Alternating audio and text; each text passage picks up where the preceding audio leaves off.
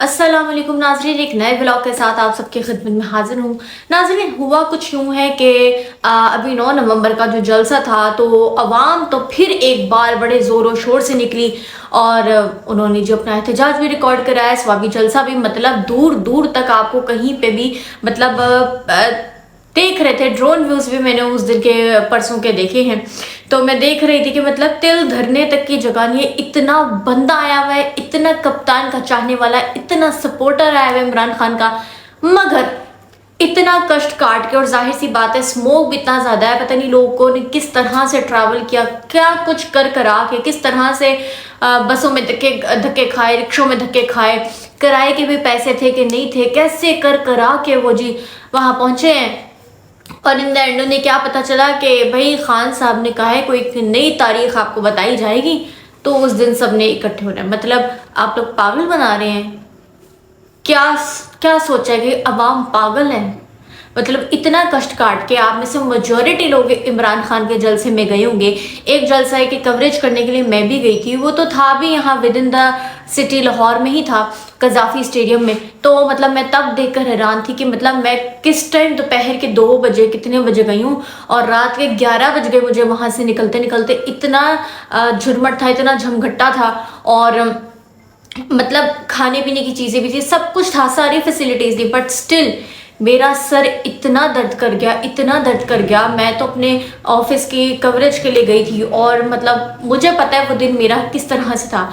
1 से 2 बजे के दरमियान मैं कहीं स्टेडियम पहुंची कि अभी जलसा तो शुरू होने कोई 3 से 4 बजे, तो मैं बिफोर टाइम पहुंच जाऊं तो टाइम भी पहुंच जाऊंगी, मगर जाते हुए इतनी मतलब मुझे ख्वारी बर्दाश्त करनी पड़ी। और आने का तो ये था कि मैं 6 बजे निकल आई, लेकिन मुझे निकलते निकलते घर पहुंचते पहुंचते 11 साढ़े 11 हो गए थे। मामूल की बात है, मामूली बात है, मतलब कि ऐसा ही होता है जब आप जलसे जुलूसों में जाते हैं। इसी तरह नवाज शरीफ का जब वो वतन वापस आए थे, ठीक है, 4 साल बाद कबूतर उड़ाने के लिए, ठीक है, अक्टूबर में, तो तब भी ऐसा ही सूरत हाल थी, मगर जल्दी हम लोग पहुंच गए थे। मतलब कुछ था, इतना रश वश था, भगदड़ एकदम मच गई थी, बहुत ही बुरे हाल थे वो।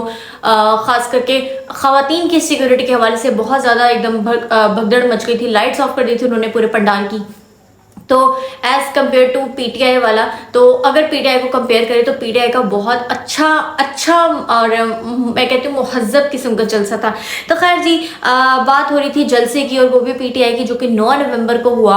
और उसमें सारी आवाम जिस तरह से, मतलब वो इतनी एक हाइप क्रिएट कर देते ना, गंडापुर साहब और जितनी भी पीटीआई क़यादत है, पीटीआई लीडरशिप है, इस कदर उरूज किस्म की ना हाइप क्रिएट कर देते हैं कि हर किसी को जोश दिला देते हैं भाई अब तो तकदीर बदलने वाली है, अब तो बांग्लादेशियों वाला हाल होने वाला है, बांग्लादेश की तरह यहाँ पे तो नया पाकिस्तान बनने वाला है। मतलब पता नहीं क्या क्या उस तरह की हाइप वो क्रिएट कर देते हैं कि बस पलक झपकती कुछ का कुछ हो जाएगा, इमरान खान वजीर आजम होंगे और यहाँ ना अंग्रेज़ों की हुकूमत होगी ना फॉर्म 47 की हुकूमत होगी, बस एक खुशहाल तरक्की याफ्ता पाकिस्तान देखने को मिलेगा। बट ऐसा कुछ भी नहीं हुआ।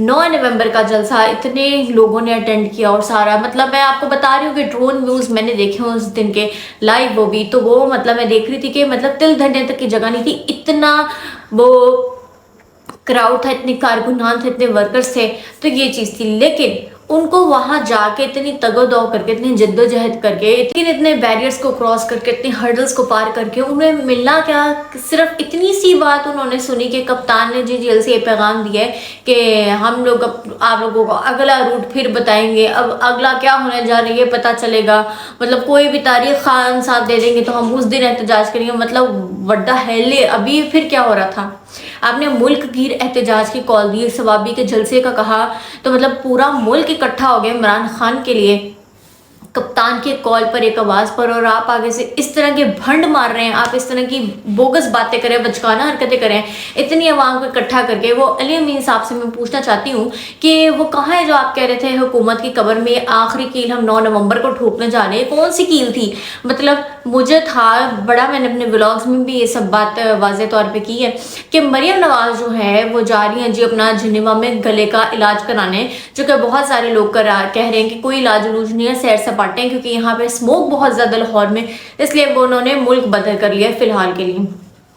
वो इतनी बेसुकूनी से आराम से कैसे जा सकती हैं, जबकि उन्हें ये हो कि भाई पीटीआई वालों ने 9 नवंबर को जलसा करना है। मतलब पहले हमने देखा ही हुआ है कि नून लीग का पंजाब हुकूमत का क्या किरदार रहा है, किस तरह से वो कंटेनर्स लगाते हैं, एससीओ समिट आ जाता है तो वो थोड़ा रिलीफ शो करते हैं, और लेकिन बाद में जी पीटीआई जो कहता है वो अपनी कंडीशंस और टर्म्स जो हैं किसी की फॉलो करके, मतलब कि डील करके, बेसिकली कप्तान नहीं, उनकी जो पीटीआई लीडरशिप है जिसे आप लोग दोगली क़यादत कह रहे हैं, जिस पर अब आप लोगों का यकीन नहीं है, डेफिनेटली आई नो दिस, ठीक है। तो वो लोग जब डील कर लेते हैं तो फिर ऐसे ही होता है कि जो फॉर्म 47 की बकौल आप सबके जो हुकूमत की वज़ीर आला है, फॉर्म 47 की वज़ीर आला, वो सुकून से पुरसुकून होकर अब सैर सपाटा करने गई है, वाकई अपने गले का इलाज कराने गई हैं। मतलब उन्हें पता था कि पीछे से कुछ भी नहीं होने वाला, बिल्कुल, मतलब ये तो समझो कॉम्प्रोमाइज्ड एक नंबर की सारी क़यादत, तो इन्होंने कुछ करना नहीं है। अच्छा, कॉम्प्रोमाइज्ड का भी काफ़ी सारे लोग कह रहे हैं, इवन के जो ये अली अमीन के भाई हैं फैसल अमीन गंडापुर, इन्होंने भी कहा, जो मैंने आपको पहले व्लॉग्स में बताया कि एक सहाफ़ी ने सवाल किया कि अली अमीन का किरदार बड़ा मशकूक था और बहुत सारे लोग जो है सोशल मीडिया पर उनको ट्रोल कर रहे थे, तो उनको आप क्या कहना चाहेंगे कि क्या इसका आप रद्द-ए-अमल देते हैं, ठीक है। तो उनके जो भाई हैं फैसल अमीन गंडापुर, वो कहते हैं कि वो लोग जो सोफा पे बैठकर या लैपटॉप पे बैठ के सिर्फ बोल रहे हैं ना, वो आए डी चौक आए, अपनी सेल्फी भेजे, फिर बात करें। उनकी बात भी तब मैंने कहा थी कि बजाय भाई कि वाकई लोग काफ़ी हैं जो ऐसे बैठे बिठाए बातें करते हैं और ट्रोलिंग भी करते हैं, और फिर जो ओपोनेंट्स होते हैं, मतलब कि जो पार्टी के मुखालिफिन होते हैं, वो उसमें ज़्यादा कूदते हैं, ज़्यादा उछलते हैं और छलांगे मारते हैं, और फिर और ज़्यादा प्रोपेगेंडा को तूल देते हैं। तो खैर ये सारी चीज़ें थी, लेकिन अब मैं आप दोनों भाई से पूछना चाहती हूँ, बल्कि सारी पीटीआई की जो क़यादत है, लीडरशिप, उनसे पूछना चाहती हूँ, ये आप लोगों ने कौन सा प्रैंक किया अवाम के साथ, कि पूरी कौम को, पूरे मुल्क को, सारी अवाम को, सब पाकिस्तानियों को इकट्ठा कर लिया है, और आप लोग ये कह रहे हैं कि खान साहब अगली कोई डेट बताएंगे तो फिर वो होगा अगला प्रोसेस।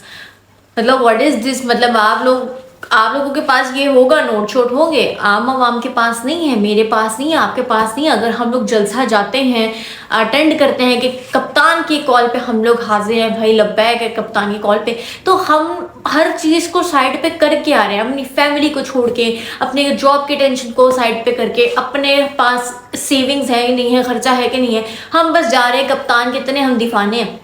मगर वहाँ जाके हमें सुनने को क्या मिलता है कि कप्तान ने कोई और तारीख देनी है, तो फिर उस पर भी इकट्ठे होंगे। मतलब आप लोगों ने पागल समझ रखा है। ऑन द अदर साइड, ये तो एक बात हो गई, अवाम को इन लोगों ने पागल समझ रखा है, ये जो पीटीआई की क़यादत है, लीडरशिप है, ठीक है। दूसरी बात ये भी आ रही है पब्लिक की जानिब से, काफ़ी सहाफ़ी भी ये कह रहे हैं कि हो सकता है, और मेरा खुद का भी यही एक तज्जिया है, मैं ये भी कहूँगी कि यकीनन यकीनन यकीनन ये अवाम को, अवाम के जज्बात को, अवाम के जोश को ठंडा करना चाह रहे हैं। एक पानी डाल के ठंड पड़ती है इंसान को, एक ठंडा पानी पी के पड़ती है, और कोई किसी को इस तरह भगाए ना, भगाए भगाए भगाए भगाए भगाए, तो दूसरा जो भागने वाला शख्स है वो वैसे ठंडा पड़ जाता है कि यार ये क्या हरकत क्या है। मतलब अब पीटीआई कारकुनान की हम बात कर लें, ठीक है, जो एहतजाजी हैं, जो कप्तान के सपोर्टर्स हैं, वर्कर्स हैं, ठीक है, उन्हें हर बार आप लोग बुलाते हो, कहते हो जी मुल्क की एहतजाज है, हम लोग डी चौक आएंगे, एहतजाज रिकॉर्ड करेंगे, फिर दूसरी दफ़ा आप कहते हो कि हम तो पंजाब हुकूमत की कब्र में आखिरी कील ठोकने जा रहे हैं। वो भी नहीं बात बनती तो आप मज़ीद आगे से ये कहते हैं कि हम लोग जाएंगे, एहतजाज करेंगे, और फिर हम वापस नहीं जाएंगे, वहीं बैठकर एहतजाज होगा। तो आप उठ कैसे गए, घर वापस कैसे चले गए, केपी हाउस, जहाँ कहीं भी आप गए, आप लोग वापस चले कैसे गए? मतलब आपको आवाम का ज़रा कुछ नहीं है। आप लोगों ने गाड़ियाँ घुमानी है, ड्राइवर हैं, आप लोगों ने उड़ जाना है, या फिर आप लोगों के लिए हेलीकॉप्टर स्पेशल आ जाना है, ठीक है, कि आप लोग उड़ के सीधा ही जो केपी हाउस इस्लामाबाद, सॉरी वो इस्लामाबाद, वहाँ से आप केपी हाउस पेशावर पहुँच जाते हैं, जलास में पहुँच जाते हैं। मतलब ये चीज़ें हैं, ये आप लोगों को, ये आप लोगों के लिए हैं लग्जरीज जो आम आवाम अफोर्ड नहीं कर सकती। क्या उनके लिए भी एक हेलीकॉप्टर है, और अचानक से जी अली अमीन की तरह हम भी एक केपी जलास में मौजूद है, और पता ही नहीं, याद ही नहीं आ रहा हम लोग कहाँ थे कहाँ नहीं थे, पता नहीं, कुछ अचानक से ही हो गया है। मतलब मिस्टर इंडिया की जो वॉच लगाई थी और हम ऐसे शूटर सपाटर इधर उधर खो गए, और वापस हम कहाँ आए, केपी जलास में, और हम अपने आप को डिफेंड भी नहीं कर पा रहे हैं। हमारी आंखों से पता चल रहा है हम झूठ बोल रहे हैं, हम फ्रॉड करेंगे। ये अवाम, ये जो मजबूर अवाम है, ये जो बेचारे हैं, मासूम है, ठीक है, लाचार है, बेबस हैं, कि इनका जो कप्तान है, इनका जो ये जिसको चाहते हैं, वो इस टाइम कैदी नंबर 804 है, वो मतलब कैद में है अभी तक, स्टिल इन अडियाला। तो ये सारी चीज़ें हैं, तो इन लोगों को कोई फ़र्क नहीं पड़ता है। अब सारी पीटीआई क़यादत जो है ना, पहले तो बहुत हद तक दिल मुतनफ़्फ़र था, फिर जो इससे पिछले जलसे में अली अमीन की हरकत थी, डी चौक जाने से पहले जी वो चाय का सोचा उन्होंने कि सारे कारकुनान को चाय पिलाई जाए, तो वो केपी हाउस इस्लामाबाद उन्होंने कयाम का सोचा कि कयाम कर लेते हैं। उसके बाद जब वो गायब हो गए तो काफ़ी लोगों ने तो वहीं ट्रोलिंग शुरू कर दी। ट्रोलिंग तो बेसिकली मुखालिफिन करते हैं, जो पीटीआई के लीडर है, मानने वाले, उन्होंने कहा जब तक कप्तान ने नहीं ना कहना कि रॉन्ग नंबर है, हमने नहीं कहना अली अमीन रॉन्ग नंबर है, ठीक है, कप्तान को कुछ अंदर पता चलेगा तो कप्तान ने अपना वर्डिक्ट देना है ना कि क्या सही है क्या नहीं है। कप्तान तक तो पूरी बात जा ही नहीं रही, और ये बात मैं आप सबको गारंटी से कह सकती हूँ। उनकी जो बहनें हैं वही आके बताती हैं, लेकिन उनकी मुलाकात के लिए भी इतना कोई जोर नहीं दिया गया।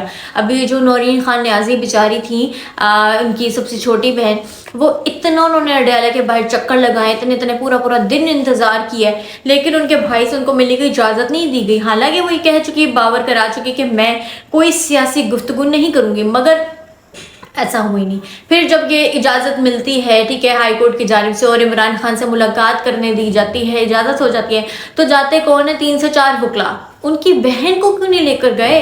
अवाम को अब आप लोगों पे बिल्कुल यकीन नहीं है, उनके खून के रिश्ते, उनकी तीनों बहनों पर यकीन आंखें बंद करके है, मगर आप पे, पीटीआई की क़यादत पे कोई किसी को यकीन नहीं है। और अब जो इन्होंने 9 नवंबर को ये हरकत की है, उससे तो जो इतना सा भी अगर भरोसा था ना, वो भी मैं कहती हूँ ख़त्म हो गया, ख़त्म, शुद्ध भरोसा इन पर ख़त्म, शुद्ध।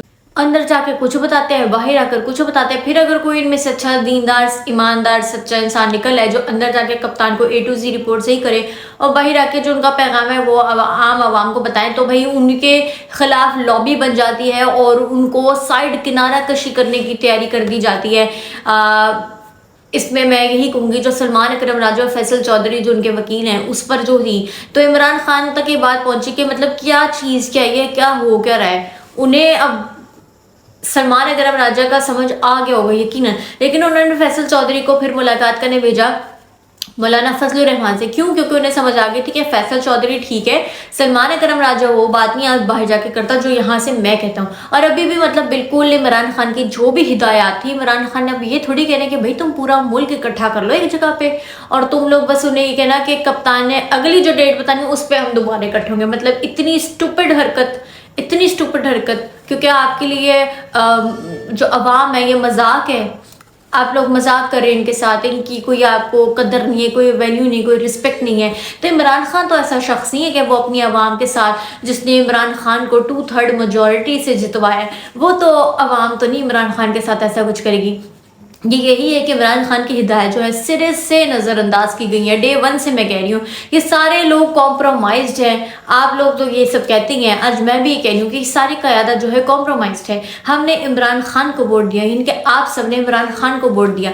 आपने किसी अली अमीन को, किसी शुएब शाहीन को, किसी जरताज गुल, इस सब को नहीं दिया, हमने इमरान खान को वोट कास्ट किया है। लेकिन हमारी ये बदकिस्मती है कि हम तो निकल आते हैं इनके कहने पर कि भाई इन्होंने कहा कप्तान ने बुलाया, तो हम तो निकल आते हैं। ये जो इस किस्म की भोंडी हरकतें करते हैं, तो यही बात है कि आप लोगों को मतलब जितनी ये पीटीआई है, जितना मतलब आधे से ज़्यादा मुल्क पीटीआई का मैं कहती हूँ, ठीक है, तो इसमें यही है कि ये आप सबको सिर्फ थका रहे हैं। हर जगह आपको इकट्ठा करेंगे, खाई पहले तो बनाएंगे ना, 2 हफ्ते तक खाई बनाएंगे, फला दिन जी फला डेट को तैयार रहना है, आप लोगों ने आना है, हमने हुकूमत की जी कब्र में आखिरी कील ठोकनी है, आपको जोश दिलाएंगे, जज्बा दिलाएंगे। जिस दिन आप उस टाइम पहुंच जाएंगे उस जगह पे, जो भी जलसा का होगी, वहाँ जाके आपको इसी तरह से जलील करेंगे, बेइज्जत करेंगे। क्यों?